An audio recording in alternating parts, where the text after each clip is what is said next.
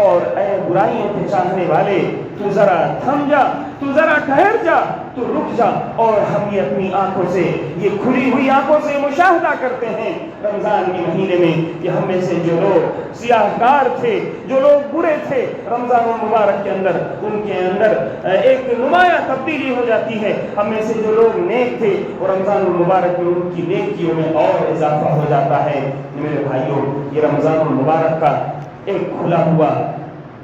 ایک کھلی ہوئی علامت ہے جو آپ اپنی آنکھوں سے دیکھ سکتے ہیں۔ تو ضرورت اس بات کی ہے کہ ہم رمضان المبارک کے ان خصوصیات کا دھیان دیں کہ اللہ رب العالمین ہمیں ان خصوصیات کو نصیب فرمائے۔ اللہ رب العالمین سے دعا ہے کہ رب العالمین کہنے سننے سے زیادہ تو ہمیں عمل کی توفیق عطا فرمائے۔ اے اللہ رب العالمین تو ہمیں رمضان المبارک کے، اس سال کے رمضان المبارک کی تمام خصوصیات سے بھرپور فائدہ اٹھانے کی توفیق عطا فرمائے۔ اے اللہ رب العالمین اس مہینے میں تو ہمیں بخش دے۔ اے اللہ رب العالمین یہ مہینہ جو رحمتوں کا، برکتوں کا مہینہ ہے، اس مہینے سے بھرپور فائدہ اٹھانے کی تو ہمیں توفیق عطا فرما دے۔ اے اللہ رب العالمین ہمارے مسلمان بھائی دنیا کے جس بھی خطے میں، جس علاقے میں پریشان حال ہیں، اے اللہ وہ ان کی پریشانیوں کو دور فرما دے۔ اے اللہ رب العالمین تو ظالموں کے پنجے استبداد ان کو توڑ کر کے رکھ دے۔ اے اللہ رب العالمین ہم میں سے جو لوگ مریض ہیں انہیں تو شفائے کامل اور عاجل عطا فرما دے۔ اے اللہ رب العالمین ہم میں سے جو لوگ قرض دار ہیں ان کی قرض کی ادائیگی کا تو بہترین انتظام فرما دے۔ اے اللہ رب العالمین ہم میں سے جو لوگ اس دنیا سے جا چکے ہیں تو ان کی قبروں کو نور سے بھر دے۔ اے اللہ رب العالمین تو جب تک ہمیں اس دنیا میں رکھ، ایمان و اسلام پر رکھ، اور جب ہمارا خاتمہ ہو تو ایمان پر خاتمہ ہو۔ اقول قولی ھذا واستغفر اللہ لی ولکم ولسائر المسلمین فاستغفروہ من کل ذنب انہ هو الغفور الرحیم۔